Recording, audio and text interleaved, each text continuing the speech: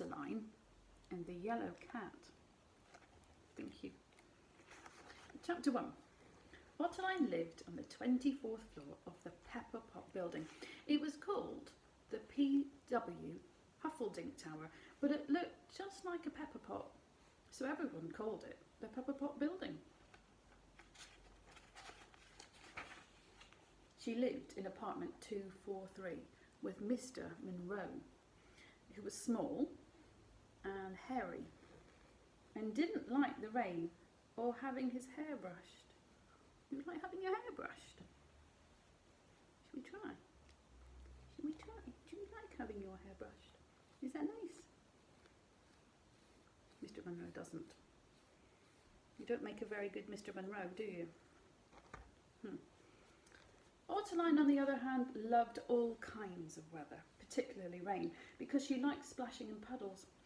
She also liked brushing Mr. Monroe's hair. She found it very relaxing, and it helped her to think, especially if there was a tricky problem to solve or a clever plan to work out. Ottoline liked solving tricky problems and working out clever plans even more than she liked splashing in puddles. She kept her eyes and ears open in case she came across anything unusual or interesting. So did Mr. Monroe. What are you looking for? Ottoline's parents travelled the world collecting interesting things. Apartment 243 was full of the things they had collected. Her parents had promised that one day, when she was older, Ottoline could join them on their travels, but until then, she was to stay at home and look after their collections. Ottoline didn't mind too much because, well, she had Mr. Monroe for company. One day, while out for an afternoon stroll, Mr. Monroe noticed a poster stuck to a lamppost outside Gruberman's Korean Theatre. He carefully peeled it off and folded it up. Then he put it under his arm. As being small and hairy, Mr. Monroe didn't have any pockets. He took it home with him. Come in. Wait. Later that afternoon, Ottoline was dusting the four-spouted teapot collection when she felt a tap on her shoulder. It was Mr. Monroe. He showed her the poster from the lamppost outside Gruberman's Korean Theatre. Is this it? Is this the poster that you found? Whoa. There we go.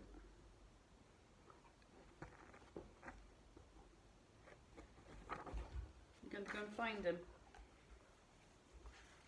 How interesting, Ottoline said. You don't have any more of these by any chance? Mr. Monroe went to his room. Have you gone to your room? It was very untidy. When he came back, Ottoline was reorganising her odd shoe collection. Ottoline had two collections that were all her own. One was her odd shoe collection, of which she was very proud. Shh, Mr. Monroe, shh. Whenever Ottoline bought a pair of shoes, she would wear one and put the other in her collection. Mr. Monroe showed Ottoline the posters he'd collected from lampposts all over town. Ottoline looked at them for a long time. I don't suppose, she said, you'd let me brush your hair. While she brushed Mr. Monroe's hair, Ottoline looked more closely at the posters. Am I going to brush your hair? You come up. Ham. Things we do for ham. That evening, Ottoline and Mr. Monroe sat down to dinner. Ottoline had grilled cheese and cinnamon toast freshly delivered to the table by the home-cooked meal company. Mr. Monroe had a bowl of porridge and a mug of hot chocolate, which was the only meal he ever ate. Except for some ham. So tasty.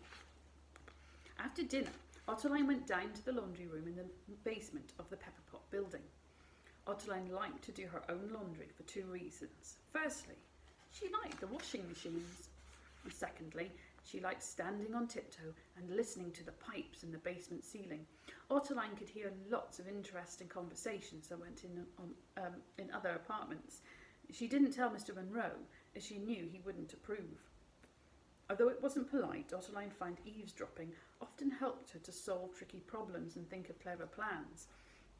It was Ottoline who found Mrs. Pasternak's missing monkey with a trail of honey-coated peanuts.